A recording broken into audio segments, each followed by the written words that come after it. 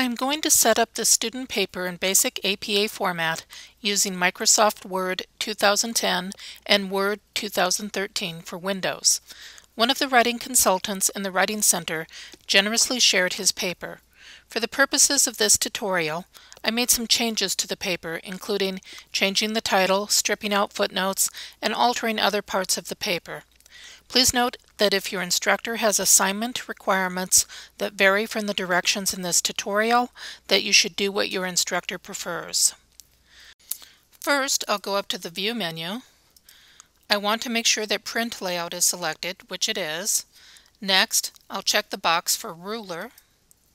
Now I have a ruler going across the top of the page and down the side. Next, I'll go to the Home tab, which shows me a variety of formatting options, what Microsoft calls the ribbon. Clicking on the Home tab will make the ribbon go away. Clicking on the Home tab again will bring back the ribbon just as quickly. Next, I'll go to the Page Layout tab and go to Margins here on the left. I want the option which gives me 1-inch margins all the way around, top, bottom, left, and right. In this case, the normal option. If you don't see an option like this, you can go to Custom Margins and make sure that your margins are 1 inch all the way around, then click on the OK button. Our next task is to change the text in the body of the paper. Under the Home tab, I'll go to the right to the Select drop-down menu. I'll choose Select All so that all of the text in the paper is highlighted. Next, I'll go to the font area. I'll change Cambria to Times New Roman. The font size is already 12, which is what I want. Times New Roman point size 12 is standard for APA style, although your instructor may let you select another serif font, such as Palatino. Next, I'll go to the paragraph area. I'll select line and paragraph spacing, followed by line spacing options. Under the line spacing drop-down menu, I'll select double. We want to make sure also that there is no extra spacing between paragraphs, so here under spacing, before and after should both be 0. In this case, I need to change after from 10 point to 0 point. Then I'll click on the OK button. Now I'll deselect the text. You can see that the entire text is in Times New Roman point size 12, consistently double-spaced with no extra line spacing between paragraphs. Next, I'll center the title. First, I'll select it. I'll go up to the Home tab. I'll go over to the paragraph area and select Center so that the title is now centered. Notice that everything is consistently double-spaced. There is no extra line spacing between the title and the first paragraph. You also don't put your own title in quotation marks and you don't underline it. The title is in title case, which means that all important words and proper nouns are capitalized at the beginnings of words. You do not capitalize articles, conjunctions, and prepositions, with the exception of the first word in the title. So, in this case, on is not capitalized, but or a is because a is the first word in the title. Now, I could change the title to be a two-part title like this. The word a, which now appears in the middle of the title, remains capitalized. The first word after the colon is always capitalized, even if it is an article, conjunction, or preposition. Next, I'm going to insert a title page and an abstract page before the body of my paper. Your instructor may not require you to have an abstract page, but for the purposes of this tutorial, we'll show you how to do that.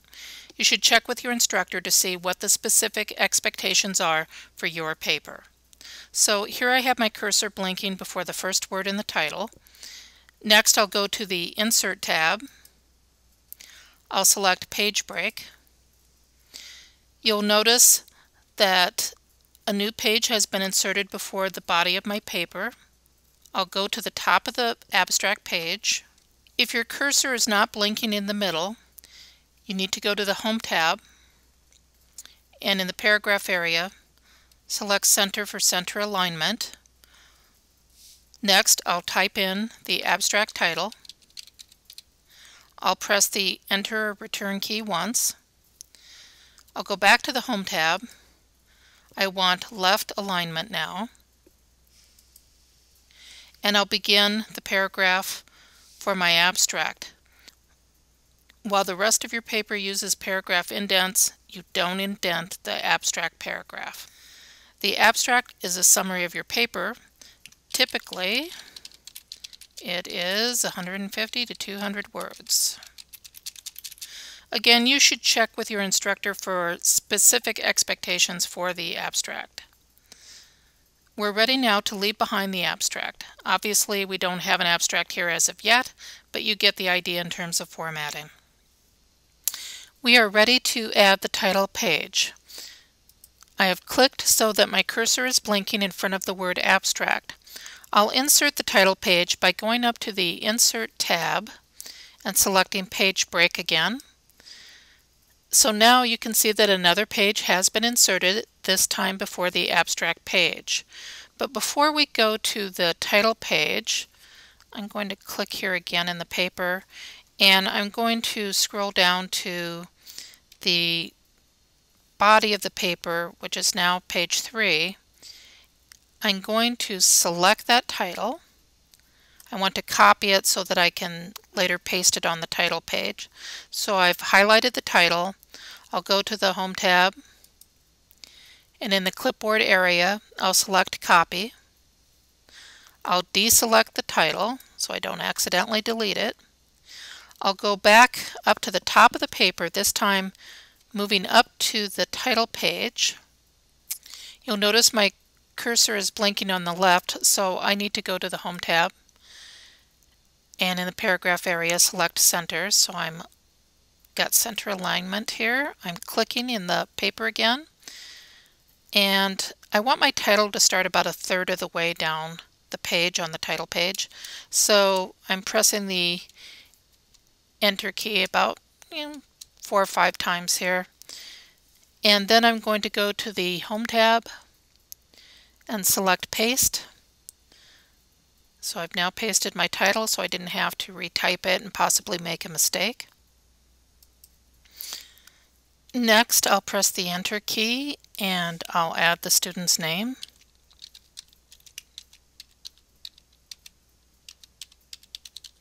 Press the Enter key again. Type the school affiliation.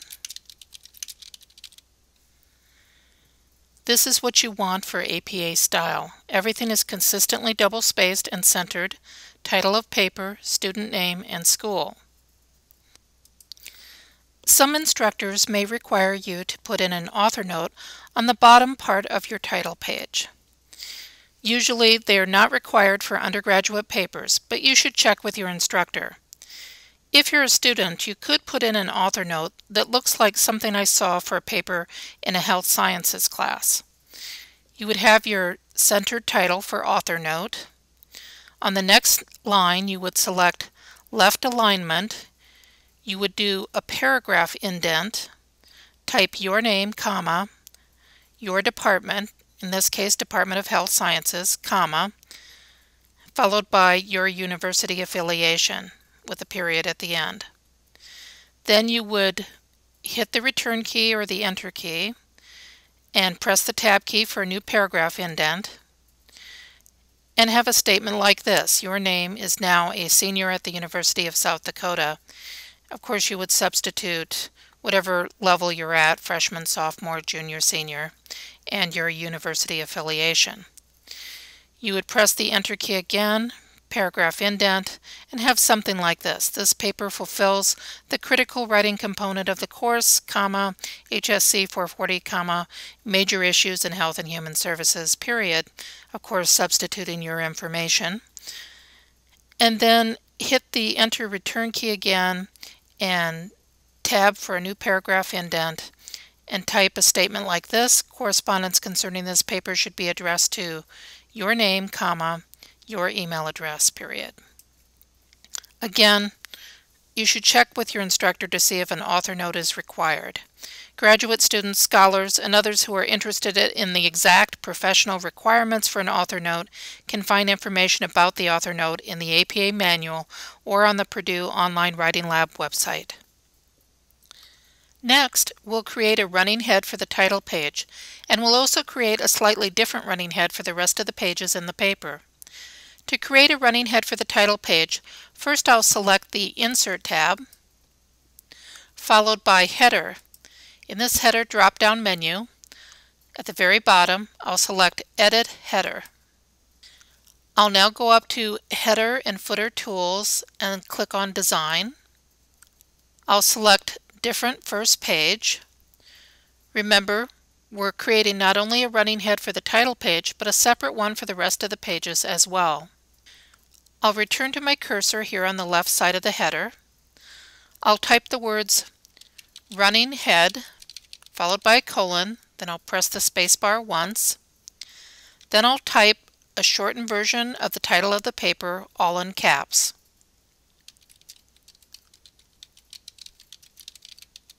You'll notice that the words Running Head are not in caps. Only the first word is capitalized at the beginning of the word. Your title in the running head should not exceed 50 characters, including spaces. Next, I'm going to delete the current tabs and create my own. I'll go to Page Layout, and over here in the paragraph area, you'll see this tiny little symbol right here. It's called the Paragraph Dialog Box Launcher. I'll click on it, and it brings up this little box. In the bottom left-hand part of this box, you'll want to click on Tabs. Next, we're going to clear out all the current tabs and get a fresh start. I'll click on the Clear All button. In this Tab Stop Position blank, I'll type 6.5. For alignment, I want right. I'll click on the Set button, and I'll click on OK. My cursor is blinking here at the end of my running head title. I'm going to press the Tab key on the keyboard once. So now you'll see my cursor blinking over on the right under my new tab. I'm going to select the Insert tab. I'm going to select Page Number, followed by Current Position, followed by plain number 1 here under Simple. It has correctly inserted the page number. The next thing I need to do is to select all of the text for my running head and the page number. I'll go up to the Home tab.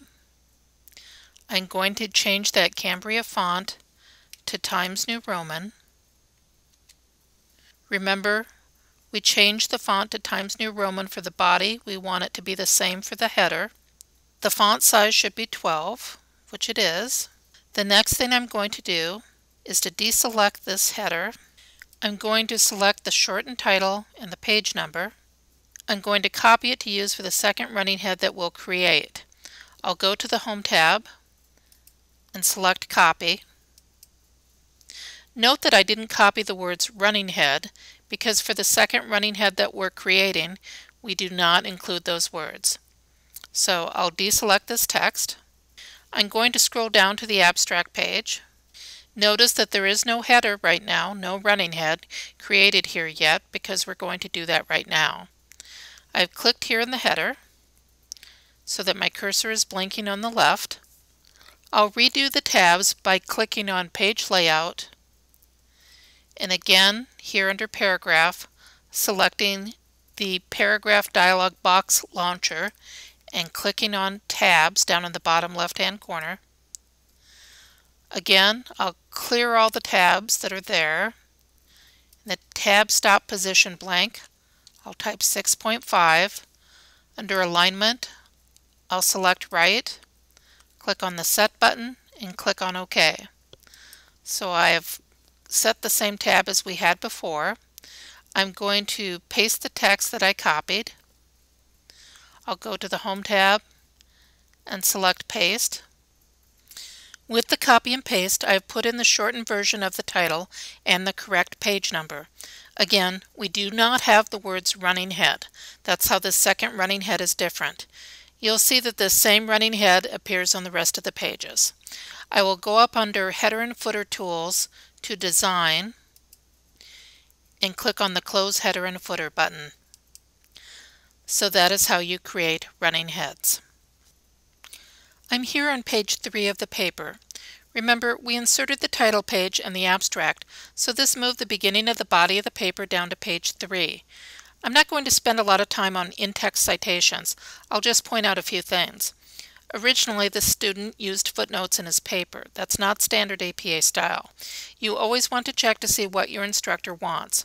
Even if your instructor's expectations are different from the standards for the style, you should go with what your instructor prefers. I'm going to show you how to insert a footnote in case your instructor wants you to use them.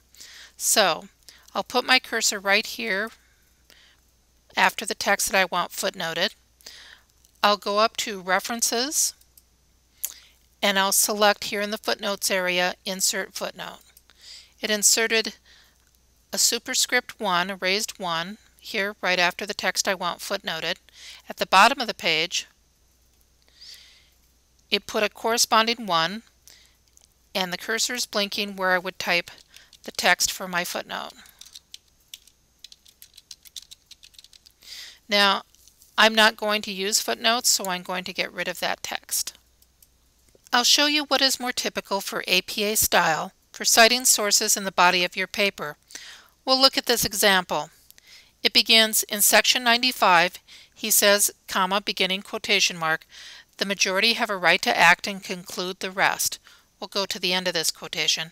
By the will and determination of the majority, ending quotation mark, in parentheses, the author's last name, the year, and the page number with a period at the end. In APA style, you always include the author's last name and the year of publication, and when you quote, you always include the specific page number. For paraphrases and summaries, you don't need to include the page number, but you're encouraged to do so. There is no period after the last quoted word, even though the original statement may have had a period.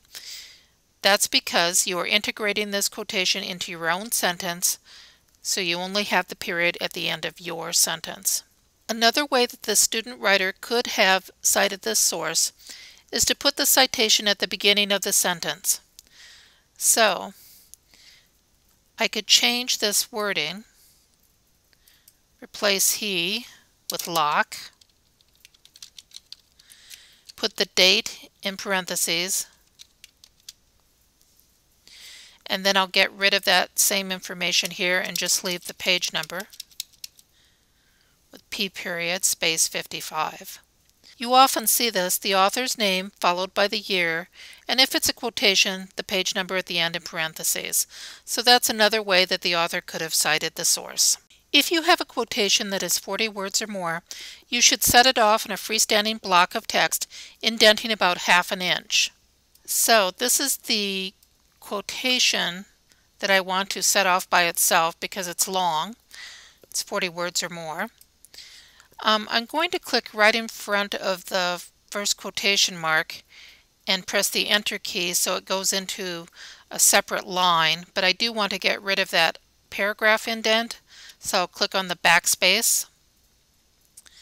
Next, I'm going to select that quoted text, including the citation at the end.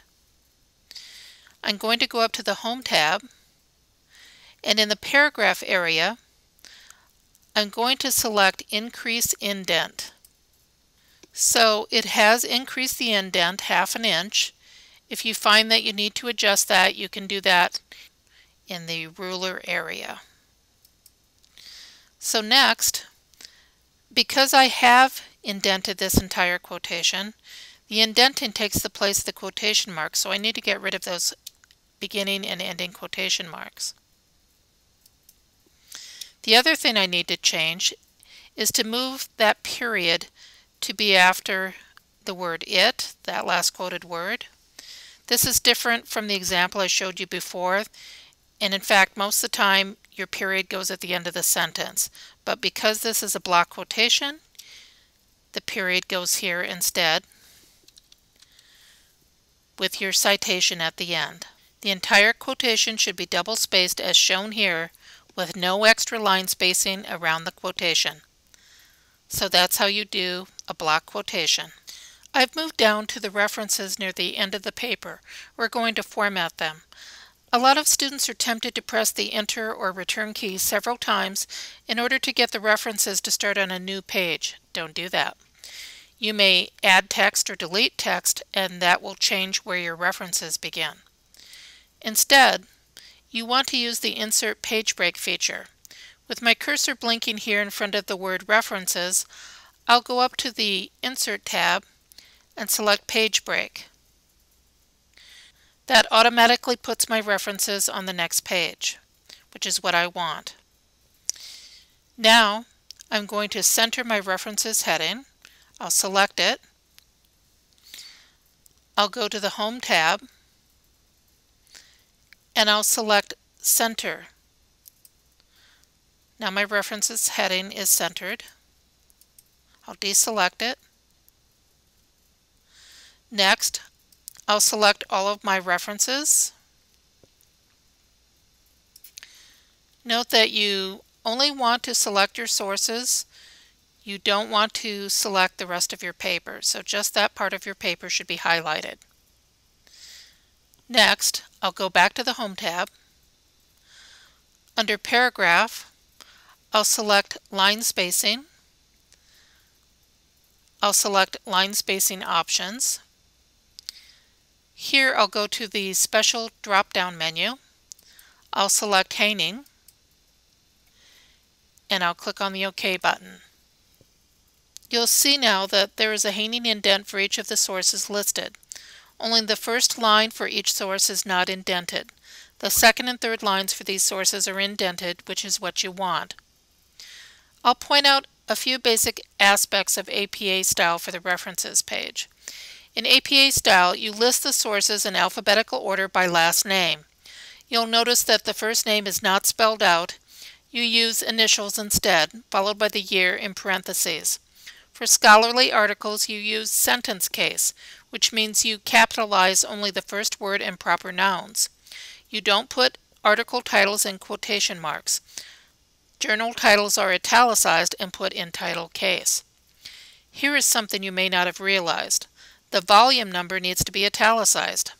Just a weird little aspect of APA style. The issue number, however, is not italicized but appears in parentheses right next to the volume number. Everything, of course, is consistently double-spaced. So that's how you set up a paper in basic APA format. For additional help with APA style, consult the Publication Manual of the American Psychological Association, 6th edition. You can also consult the APA section of your Grammar Handbook or the APA section of the Purdue Online Writing Lab website. IDWeek's library also has some helpful handouts and information on APA style at libguides.usd.edu/APA. You can also visit your local writing center. We can help you with a variety of styles including APA, MLA in Chicago, as well as other styles and of course other aspects of writing. University of South Dakota students, staff, and faculty who are on campus can visit the Writing Center in IDWeek's library, room 133 on the west side of the Academic Commons. USD distance students can seek help in the Online Writing Center in D2L. More information is available on the Writing Center website at link.usd.edu/Writing Center.